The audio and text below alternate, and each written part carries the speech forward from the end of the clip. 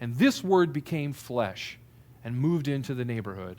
He dwelt among us. And I want you to see how utterly unique this makes Jesus from all the other founders of every world religion. All the other founders of every religion say something along the lines of, I can show you how to find God. Jesus comes on the scene and says, I am God who's come to find you. Founders of the other world religions say things like, I know God, and I can show you what he's like. And Jesus claims to be God in the very flesh. And I know if you're thinking, it was so what, right?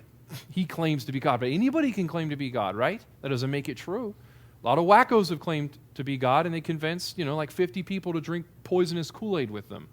That's true. But I also want to point out that after the 50 people drink Kool-Aid, nobody really believes that person's God anymore.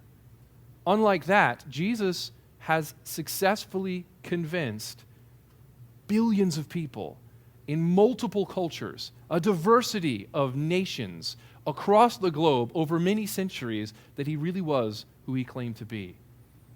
Nobody else has ever done this. He's in a category all his own because he combines his claims of divinity with a life of beautiful humanity. The more you look at it, the more you see it has to be true what he says. It doesn't make any other sense otherwise. He's utterly unique in this way, and that matters for this reason. If what Jesus said about himself is not true, then you can just go back to your Monday morning routine. And it doesn't matter. Your life will end in a couple years or a couple decades, and that'll be the end of it. And I hope it was a good ride. That's all we got.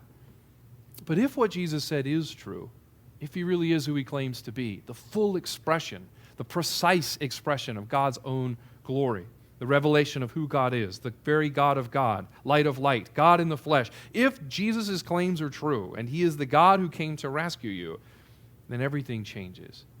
Your life has a purpose and value and meaning. You have a creator and a redeemer. And because of Jesus, you know his name. This is a personal, in-the-flesh revelation of God, and it is utterly unique, and it is also completely clear.